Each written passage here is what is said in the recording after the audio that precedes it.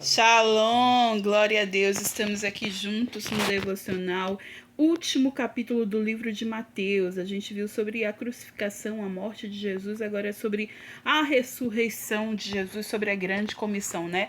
Aquilo que é algo, uma promessa para mim e para você, né? E algo que ele enviou, né? Nos enviou para fazer a sua obra.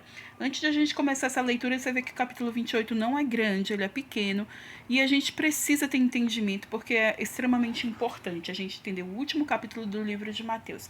Então eu peço que você feche seus olhos, incline sua cabeça, coloque a mão no coração. Vamos orar. Precioso amado Espírito Santo, eis-nos aqui. Nós queremos sim, Senhor, te ouvir, te obedecer. Ajuda-nos, Pai. Nós declaramos nossa mente, nosso coração cativos à tua voz. Nós queremos somente te ouvir, Deus. Repreendemos toda voz estranha, toda voz que não é a tua, Senhor, a nossa própria voz, a voz do inimigo agora que seja calada em nome de Jesus. Queremos simplesmente, Pai, somente te ouvir. Tens total liberdade, autorização. Fala conosco, Deus, em nome de Jesus. Amém? Então vamos lá, né? Sobre a ressurreição de Jesus. Também está no livro de Marcos, de Lucas, de João. Como eu falei, os 4 primeiros livros são os 4 primeiros livros do Novo Testamento. É como se fosse biografias de Jesus. É importante a gente ler todos eles porque tem uma versão, né? Essa versão de Mateus, ele faz tipo um resumão. Já Lucas, ele já tem muito mais detalhes das situações. Marcos e João também contam alguns acontecimentos. Então é importante que, se a gente quer conhecer Jesus, a gente busque mais, né? A gente leia mais e sempre ore ao Espírito Santo para a gente ter entendimento. Capítulo 28 começa assim. Depois do sábado, tendo começado o primeiro dia da semana, Maria Madalena e a outra Maria foram ver o sepulcro. Eis que sobreveio um grande terremoto, pois um anjo do Senhor desceu dos céus e, chegando ao sepulcro, rolou a pedra da entrada e assentou-se sobre ela. Sua aparência era como um relâmpago, e suas vestes eram brancas como a neve. Os guardas tremeram de medo e ficaram como mortos. O anjo disse às mulheres: Não tenha medo. Sei que vocês estão aqui procurando Jesus, que foi crucificado. Ele não está aqui. Ressuscitou, como tinha dito. Venham ver o lugar onde ele jazia. Vão depressa e digam aos discípulos dele: Ele ressuscitou dentre os mortos e está indo adiante de vocês para a Galileia. Lá vocês o verão. Notem que eu já os avisei. E as mulheres saíram depressa do sepulcro, amedrontadas e cheias de alegria, e foram correndo anunciá-lo aos discípulos de Jesus. De repente, Jesus as encontrou e disse: Salve! Elas se aproximaram dele, abraçaram-lhe os pés e o adoraram. Então Jesus lhe disse: Não tenham medo. Vão dizer a meus irmãos que se dirijam para a Galileia. Lá eles me verão. Gente, esse relato, né, da ressurreição, você pode ler também lá em Marcos, Lucas e João, e para mim é sempre incrível, por mais que seja resumido como está aqui, né, para mim é incrível. Tem um louvor do Diante do Trono que resume um pouco disso, e até hoje, quando eu escuto, meu coração, sabe, saltita, meu coração esquenta, porque é a ressurreição de Jesus. É tudo que ele tinha falado, é tudo que o Velho Testamento tinha falado sobre ele, né? Que ele veria o Messias. Ele veio e assim, feliz somos nós que a gente não viu, mas a gente crê, né? Jesus morreu sim por mim e por você. E Jesus, ele pegou as chaves das mãos de Satanás lá no inferno. E ele ressuscitou ao terceiro dia, como ele tinha dito. E aqui as mulheres estão tendo a oportunidade, né, de vê-lo. Você vê que Jesus podia aparecer a qualquer pessoa. A primeira pessoa que ele apareceu foram as mulheres. E Maria Madalena se lembra que é aquela que o próprio Jesus libertou, tirando uma legião de demônios dela. Uma legião de demônios. Que coisa incrível, impressionante. Ter um homem, porque vários homens importantes morreram. Jesus ressuscitou. Jesus vive hoje. E isso é um motivo de muita alegria para mim e para você, de sabermos que a gente... E aqui se diferencia todas as religiões, se diferencia todos os credos, se diferencia tudo, sabe? De Moisés, de Maomé, das pessoas, sei lá, do islamismo, do budismo, de tudo. Tudo se diferencia aqui, porque aqui a gente tem um Jesus, alguém que não foi só um profeta, que morreu e ressuscitou por mim e por você. Então aqui muda todo o jogo. Os judeus, inclusive, não aceitam essa parte, né? Essa parte eu não sei se vai contar aqui, mas os guardas que estavam lá, que aqui diz que eles estavam se fingindo de morto, né? Eles ficaram como mortos. Eles tiveram que ser obrigados a dizer que não aconteceu isso. E os judeus até hoje acreditam, né, que Jesus foi um profeta, assim, acreditam na história, ele veio e tal. Ele fez grandes coisas, mas ele não era o Messias, porque eles têm um relato dos guardas judeus que estavam guardando lá, que ele não ressuscitou, que é tudo mentira, que os discípulos vieram pegar. E eu e você, a gente não viu, a gente não estava lá, mas nós cremos que Jesus ressuscitou, ele está sentado à direita de Deus Pai e que ele vem, né? Que vai ter o arrebatamento e nós vamos subir, amém? Para mim, essa é uma das coisas mais incríveis que acontece. Mas a gente vai continuar aqui, o capítulo 28, ainda tem aqui dois grandes parágrafos para a gente aprender mais. Versículo 11.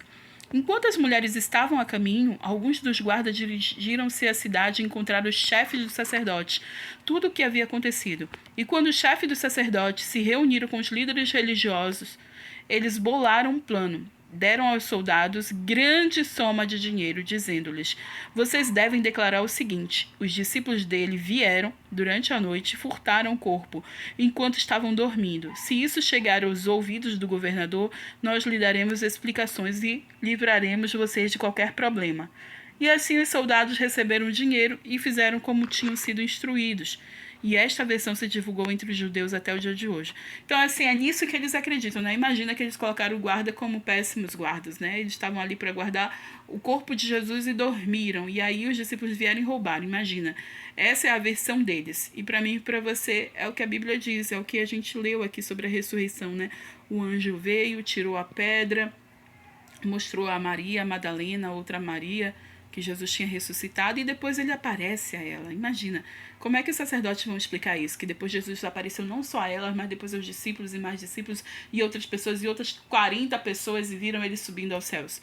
Como é que eles explicam algo assim? Então vamos seguir aqui, finalizando o capítulo 28. Os 11 discípulos, lembra que o 12 era Judas, que agora já tinha se enforcado, né? Ele se matou, ele não aguentou a culpa, o peso que ele estava nas costas de ter entregado Jesus, o cara que ele conviveu durante 3 anos e meio, o cara que ele viu curar, libertar, ressuscitar mortos e fazer tantas coisas, ele entregou por 30 moedas de prata. E ele percebeu que ele tinha feito a pior coisa da vida dele. Ele ficou com uma culpa tão grande, o diabo ficou soprando ali no ouvido dele, ele não aguentou. Ele se suicidou, ele se matou, ele se enforcou, né? Então agora a gente tem 11 discípulos.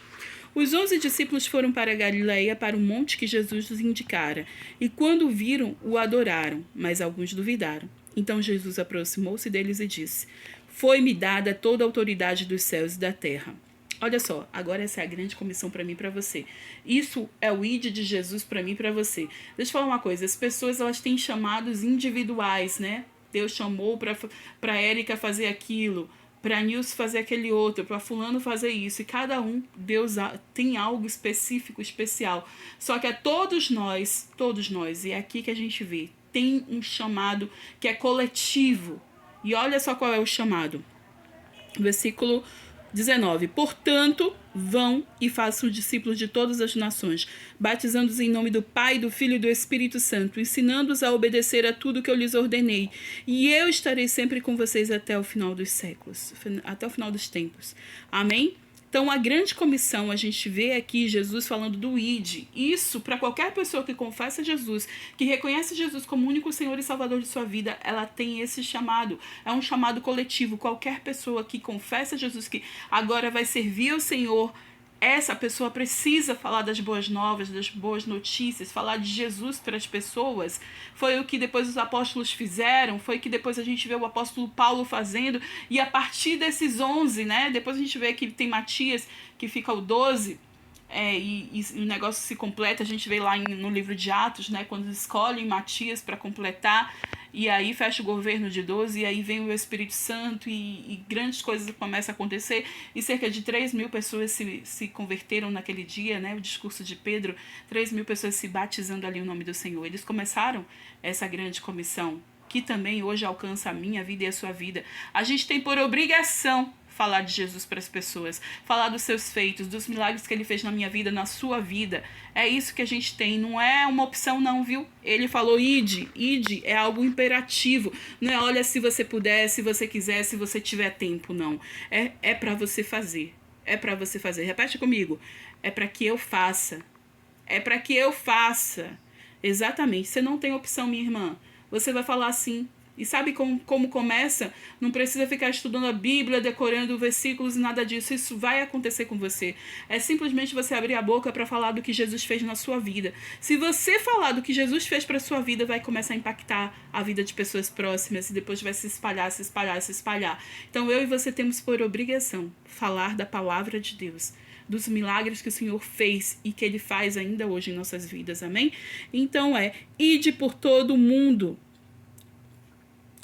Portanto, vão e façam discípulos de todas as nações, batizando-os em nome do Pai, do Filho e do Espírito Santo, ensinando-os a obedecerem tudo o que lhes ordenei, e eu estarei com vocês até o final dos séculos. E a gente tem a melhor promessa: o Senhor está comigo, está com você. A presença de Deus é o melhor de tudo. Ele nos promete isso e Ele é fiel, Ele cumpre. Então nós podemos fazer tranquilamente, porque o Senhor é comigo, o Senhor é contigo, amém?